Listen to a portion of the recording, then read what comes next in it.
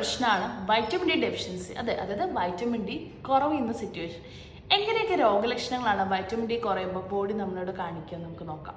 First ഫറ്റീഗ്നാണ്, അതായത് എപ്പോഴും ക്ഷീണം, ഒന്നിനും ഒരു ഉഷാറില്ലാത്തൊരവസ്ഥ, സ്ലീപ്പ് പ്രോപ്പർ ആവുന്നില്ല, ഇംപ്രോപ്പർ സ്ലീപ്പ്, എനർജി ഇല്ലാത്ത സിറ്റുവേഷൻ, മൂഡ് സ്വിങ്സ് വരാം, ഇടയ്ക്കിടയ്ക്ക് മൂഡ് ചേഞ്ചസ് വരാം, ഈവൻ ഡിപ്രഷനിലോട്ട് വരെ ചില പേഷ്യൻസ് പോകാറുണ്ട്. മസിൽ പെയിൻ വരാം, മസിൽ ക്രാംസ് ഇടയ്ക്കിടയ്ക്ക് വരാം, അതോടൊപ്പം തന്നെ ജോയിൻസിൽ പെയിൻ വരാം, ബോൺ പെയിൻ വരാം, ബാക്ക് പെയിൻ, കൂടുതലും ബാക്ക് ഏരിയയിൽ എക്സ്പെഷ്യലി കോക്കസിൻ്റെ ഒക്കെ റീജിയനിൽ പെയിൻ വരുന്നത് വൈറ്റമിൻ ഡിയുടെ ഒരു ഡെഫിഷ്യൻസി സിംറ്റം ആണ്.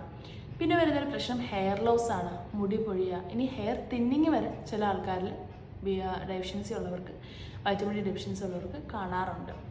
ഇനി വൈറ്റമിൻ ഡി ഡെഫിഷ്യൻസി ഉള്ള പേഷ്യൻസിൻ്റെ ഇമ്മ്യൂൺ സിസ്റ്റം, രോഗപ്രതിരോധ ശേഷി പൊതുവെ കുറവായിരിക്കും. സോ അതുകൊണ്ട് തന്നെ ഇടയ്ക്കിടയ്ക്ക് ഫ്രീക്വൻ്റ് ആയിട്ട് അവർക്ക് ഇൽനെസ് വരാറുണ്ട്, അസുഖങ്ങൾ വരാറുണ്ട്.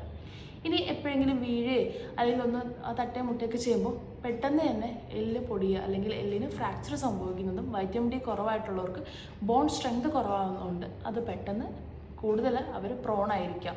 അതായത് എന്തെങ്കിലും ഒടിവോ ചതവോ ഒക്കെ പറ്റുന്നതിന് കുറച്ചും കൂടെ കൂടുതലായിരിക്കും. ഇനി വൂണ്ടൊക്കെ എന്തെങ്കിലും മുറിവൊക്കെ സംഭവിക്കുമ്പോൾ ഷുഗർ ഉള്ളവർക്ക് മാത്രമല്ല വൈറ്റമിൻ ഡി കുറവുള്ള പേഷ്യൻസിനും മുറിവ് ഉണങ്ങാൻ കുറച്ച് ടൈം എക്സ്ട്രാ എടുക്കാറുണ്ട്.